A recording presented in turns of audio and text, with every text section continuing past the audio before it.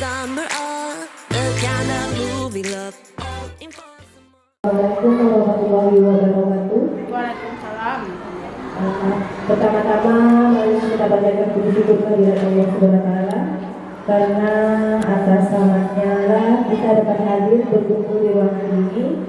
Yang saya hormati Bapak Kepala Sekolah atau yang mewakili, dan yang saya hormati rekan-rekan majelis guru yang hadir pada hari ini. Di sini saya akan menjelaskan sedikit tentang materi tentang aksi nyata kami sebagai calon guru penggerak, yaitu tentang budaya positif di sekolah.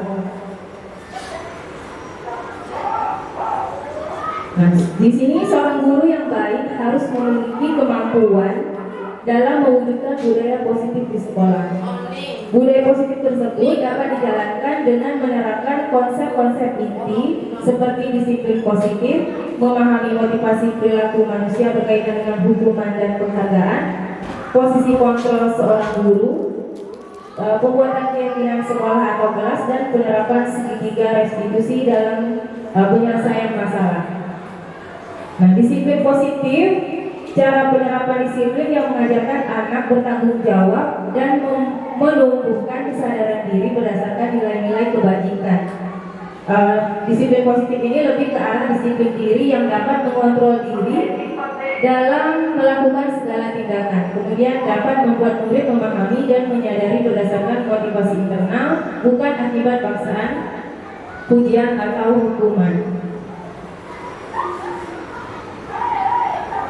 Kemudian ini adalah motivasi perilaku manusia untuk menghindari ketidaknyamanan hukuman, kemudian untuk mendapatkan imbalan atau penghargaan dari orang lain, dan untuk menjadikan orang yang mereka inginkan dan menghargai diri sendiri dengan nilai-nilai yang mereka percaya. Kita lanjut saja. Nah, di sini seorang guru itu memiliki posisi kontrol. Ada 5 posisi kontrol, yaitu penghukum, pembuat merasa bersalah, sebagai teman, sebagai pemantau, dan manajer. Posisi kontrol di antara kelima posisi kontrol ini yang harus dilakukan guru itu yang paling baik adalah posisi manajer. Mengapa posisi manajer? Karena guru di sini berbuat sesuatu bersama murid, mempersilahkan murid mempertanggungjawabkan perilakunya dan mendukung murid agar dapat menemukan solusi atas permasalahannya sendiri. Kemudian posisi manajer ini mengacu pada restitusi yang dapat menjadikan murid sebagai manajer bagi dirinya sendiri sehingga tercipta identitas positif atau berhasil pada diri murid. Masuk ke keyakinan sekolah atau kelas. Di sini guru berperan dalam mewujudkan terbentuknya keyakinan sekolah atau kelas dengan adanya kesepakatan antara guru dan murid. Kemudian keyakinan sekolah atau kelas berupa pertanyaan universal yang mudah diingat, kemudian dipahami dan harus diterapkan dalam lingkungan sekolah. Kemudian di sini ada segitiga restitusi dalam penyelesaian masalah. Di sini guru yang berperan sebagai manajer dalam pembentukan penerapan segitiga restitusi ini, guru berperan sebagai manajer menggunakan segitiga restitusi dalam penyelesaian masalah melalui 3 tahapan, yaitu menstabilkan identitas, validasi tindakan yang salah, dan menanyakan keyakinan. Tujuannya yaitu untuk menghasilkan murid yang mandiri dan bertanggung jawab. Nah, untuk budaya positifnya saya akan membahas tentang segitiga restitusi.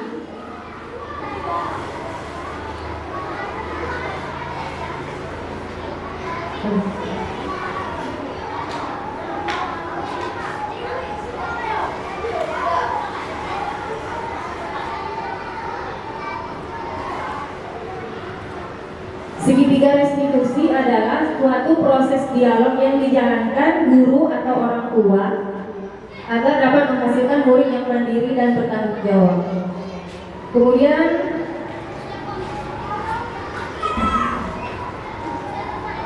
ini adalah bentuk segitiga restitusi. Yang pertama yaitu menstabilkan identitas, yang kedua adalah validasi tindakan yang salah, dan yang ketiga adalah menanyakan keyakinan.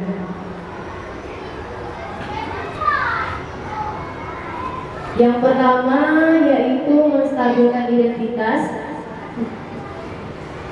Berdasarkan ini, menstabilkan identitas ini berdasarkan prinsip membuat kesalahan adalah bagian dari proses pembelajaran. Kemudian menggeser identitas gagal ke identitas sukses. Di sini kita sebagai guru bisa bertanya ke murid untuk menstabilkan identitas jika mereka melakukan sebuah kesalahan, sebuah kasus. Jika ada kasus, kita akan menyelesaikan kasus tersebut menggunakan segitiga restitusi. Kemudian yang pertama yaitu menstabilkan identitas. Di sini kita bisa membuat pertanyaan kepada murid kita yang bermasalah tersebut. Misalnya setiap orang pasti pernah melakukan kesalahan. Kemudian atau bisa juga kita bertanya tentang kamu bukan satu-satunya orang yang pernah melakukan salah. Itu menstabilkan identitas, kita menstabilkan emosi anak tersebut. Kemudian yang kedua adalah validasi tindakan yang salah. Di sini berdasarkan prinsip membuat setiap perilaku berupaya memenuhi suatu kebutuhan tertentu. Kemudian guru akan bergeser dari pemikiran stimulus respon menjadi proaktif. Kemudian mengenali dan mengakui kebutuhan murid akan memperbaiki hubungan dengan murid. Di sini kita bisa membuat pertanyaan kepada murid kita seperti kamu tentu punya alasan mengapa melakukan itu, atau adakah cara yang lebih efektif untuk mendapatkan apa yang kamu butuhkan?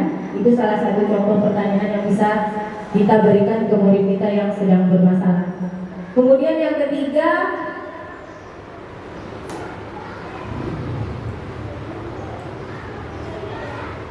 itu menanyakan keyakinan. Menanyakan keyakinan ini murid akan diberikan pertanyaan-pertanyaan bermakna untuk memunculkan motivasi secara intrinsik. Kemudian mampu mengaitkan keyakinan dengan tindakan.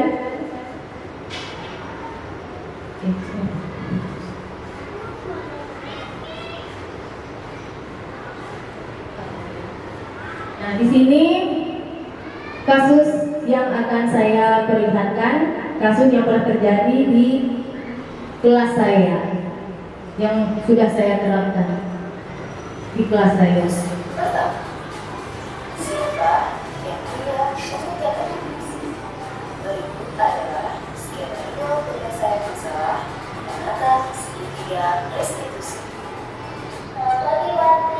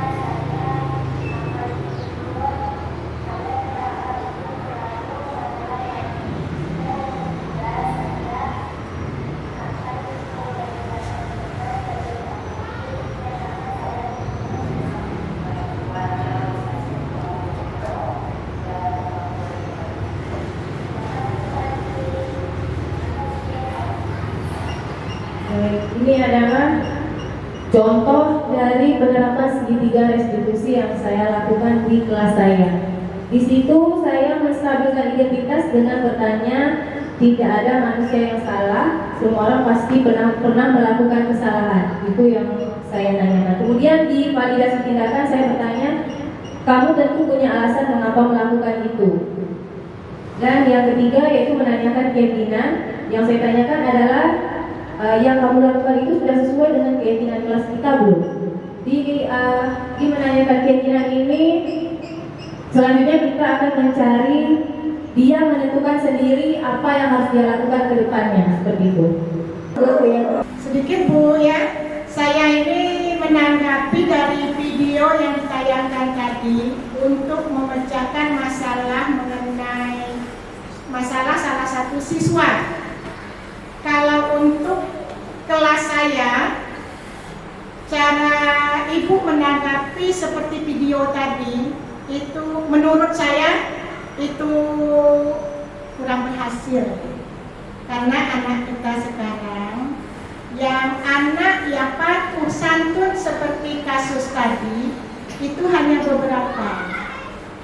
Nah, gimana caranya kita untuk pertemuan kedepannya kita membahas anak yang luar seperti contoh yang sudah disampaikan, seperti tanda kutip anak lebih susah untuk kita memberitahu.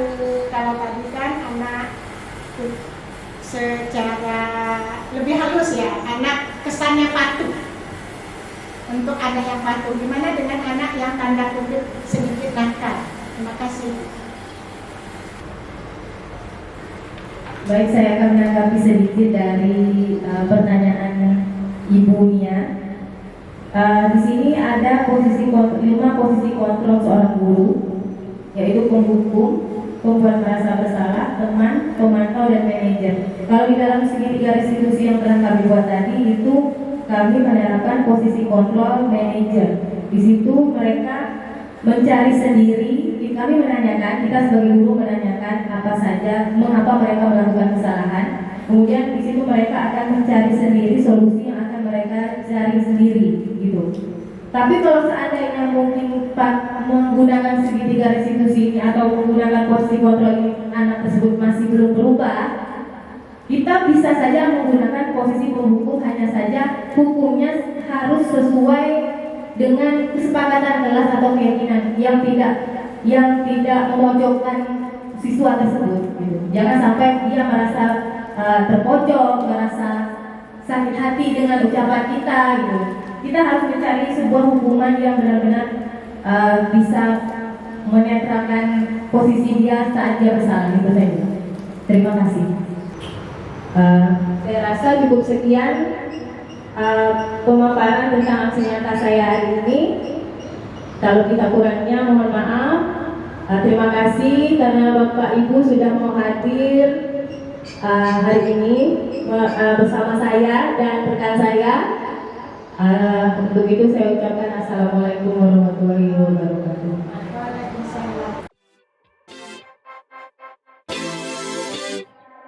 We got a summer of the kind of movie love, all in for some more of anything that comes along.